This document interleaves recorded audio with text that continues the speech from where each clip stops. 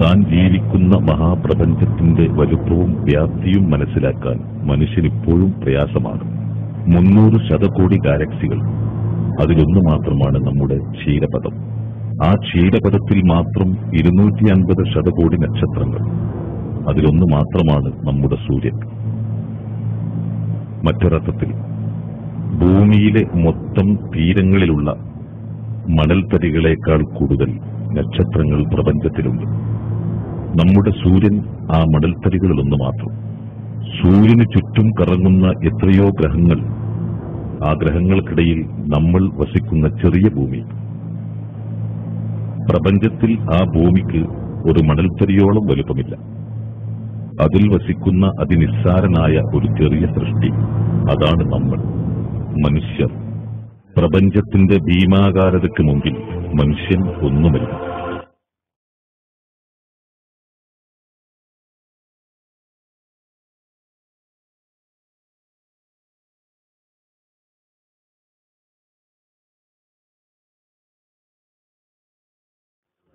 പക്ഷേ മിക്കവാറും സമയങ്ങളിൽ മനുഷ്യൻ ഇതെല്ലാം മറക്കുന്നു.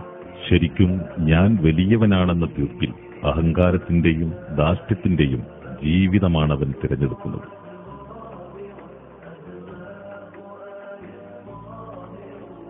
ഒരിക്കൽ ഞാൻ മരിക്കുമെന്നും ജീർണിക്കുമെന്നും അവൻ ഭാവിക്കുന്നില്ല. നിശ്ചരതയുടെ നിസ്സാരതകളെ അവൻ പൂജിക്കുന്നു. അത് നൽകുന്ന ആർത്തികളും ആസക്തികളും ഊറ്റിക്കുടിക്കുമ്പോൾ അവനെവിടെ ചിന്തിക്കാൻ സമയം? പ്രപഞ്ചത്തിൽ ഒരു മണൽത്തരിയോളം പോലും വലുപ്പമില്ലാത്ത ഒരു ഗ്രഹത്തിലെ അതിനിസ്സാരനായ ജീവിയാണ് ഞാനെന്ന് ചിന്തിക്കാൻ അവനെവിടെ നേരം? പക്ഷേ എന്തു വന്നാലും നീ മരിക്കും. എത്രമാത്രം നിസ്സാരനാണ് നീയെന്ന് അല്ലാഹു നിനക്ക് കാണിച്ചു തരും. നിന്റെ അഹങ്കാരങ്ങൾ എത്രമാത്രം പരിഹാസ്യമായിരുന്നെന്ന് അവൻ നിനക്ക് ബോധ്യപ്പെടുത്തും. അത്ര തന്നെ കാത്തിരിക്കേണ്ട. മരണത്തിന് തൊട്ടുമുമ്പ് ജീവിതത്തിന്റെ സായം സന്ധ്യയിൽ നശ്വരതയുടെ സാക്ഷ്യപത്രങ്ങളുമായി അല്ലാഹു നിന്നെ പിടികൂടും. അതാണ് വാർദ്ധക്യം. വാർദ്ധക്യം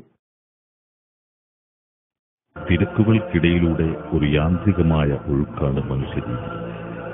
എന്നാൽ കാലം ജീവിതത്തിനു സമാന്തരമായി നിർവിഘ്നം അതിശീഘ്രം ഒഴുകുകയാണ്.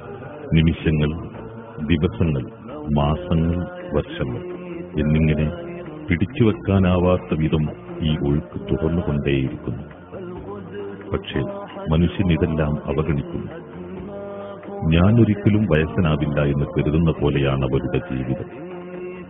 തിളങ്ങുന്ന കണ്ണുകളും മിനുത്ത മേനികളും രക്തം തുളുമ്പുന്ന പ്രസരിപ്പും ഒരിക്കൽ അസ്തമിക്കുമെന്നും വരണ്ട ചുക്കിച്ചുളിഞ്ഞ തൊലികളും നരച്ച രോമങ്ങളും അവർക്ക് പകരം വരുമെന്നും അവൻ ഭാവിക്കുന്നില്ല. എന്നാലും വാർദ്ധക്യം വരുന്നുണ്ടെന്ന് എല്ലാവർക്കും അറിയാം. പക്ഷേ യുവാക്കൾ ആ കാലം വളരെ ദൂരത്താണെന്ന് ഭാവിക്കുന്നു. അവർ സാങ്കല്പിക സ്വർഗങ്ങളുടെ വിദ്യാവലയങ്ങളിൽ കൂത്താടുന്നു. ഒരിക്കൽ ദുർബലരും നിസ്സഹായരുമായി മാറുമെന്ന വസ്തുതയെ നിരാകരിക്കാൻ അവർ പരമാവധി ശ്രമം നടത്തുന്നു. ഈ ചിത്രങ്ങളിലുള്ള രണ്ടാളുകൾ കാണാൻ ചന്തമുള്ളവരാണ്. സുന്ദരമായ ചിരിയുള്ളവർ, തുടുത്ത മുഖമുള്ളവർ. മറ്റൊരു പ്രസക്ത കാര്യം കൂടി പറയാം. ഈ ചിത്രമെടുത്തത് 1955-ലാണ്. അപ്പോൾ അവർ ഒരിക്കലും കരുതിയിരുന്നില്ല നരബാധിക്കുമെന്നും വാർദ്ധക്യം വന്നെത്തുമെന്നും. ഇപ്പോൾ 50 അതിലേറെയോ വർഷങ്ങൾക്ക് ശേഷം അവരിതാ നിൽക്കുന്നു.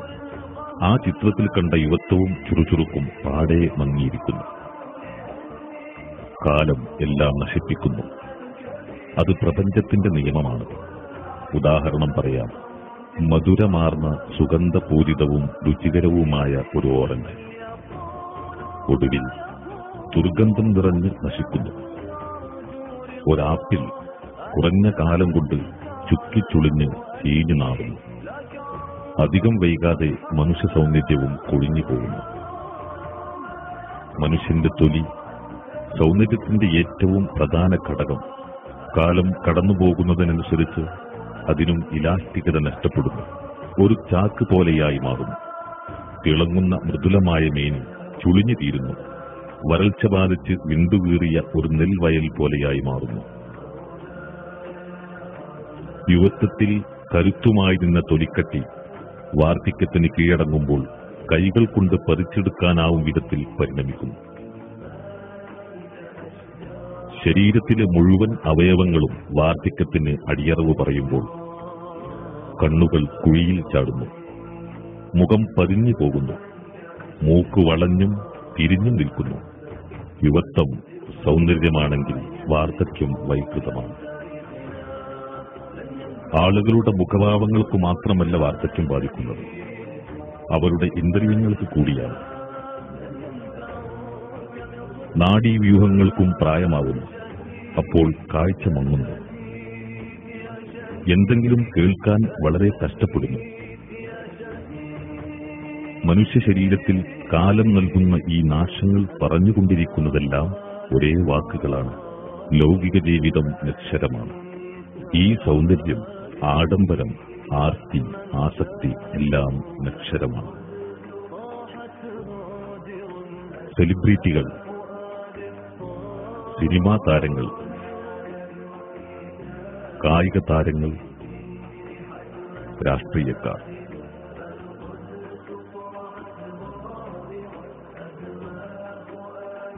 യുവത്വത്തിൽ ലോകത്തിന്റെ കാമനകൾക്ക് സ്വന്തം മേനിയും കഴിവും വിറ്റഴിച്ച സൗന്ദര്യത്തിന്റെ നിറകുടങ്ങൾ വാർദ്ധക്യത്തിൽ തീർത്തും വ്യത്യസ്തമാണ്. ഇത് ലോകത്തിന്റെ ബോക്സിംഗ് ഇതിഹാസമായിരുന്ന മുഹമ്മദ് അലിയായി മാറിയ കാശസ് ക്ലേയുടെ യുവത്വം. ചാമ്പ്യൻ പട്ടങ്ങൾ നൽകിയ ആത്മവിശ്വാസത്തിൽ അയാൾ വിളിച്ചു പറയുന്നത് ശ്രദ്ധിക്കുക: ഐ ആം ദ ഗ്രേറ്റ്. ഞാനാണ് വലിയവൻ. കാലങ്ങൾക്ക് ശേഷം അയാളുടെ വാർദ്ധക്യത്തിൽ ഒരു ഒളിമ്പിക്സ് ദീപശിഖ കൈമാറുമ്പോൾ വിറച്ച് വിറച്ച് അത് കയ്യേറ്റു വാങ്ങുന്ന ഒരു പാർക്കിൻസൺ രോഗിയായാണ് അയാൾ ലോകത്തിന് മുന്നിൽ വരുന്നത്. നിങ്ങളിപ്പോൾ ശ്രദ്ധിച്ചുകൊണ്ടിരിക്കുന്ന പ്രശസ്തരും അവരുടെ വാർദ്ധക്യവും ലോകത്തിന്റെ നശ്വരഭാവങ്ങളുടെ പ്രതീകമാണ്. നിങ്ങളുടെ മേനിയും ഒരിക്കൽ ഇതുപോലെയായി മാറും. അധികം വിദൂരമല്ലാത്ത ആ കാലത്ത് നിങ്ങൾ കണ്ണാടിയിൽ നോക്കുമ്പോൾ ശരിക്കും ഇതുപോലെയുണ്ടാകും. മനുഷ്യന്റെ നിസ്സഹായത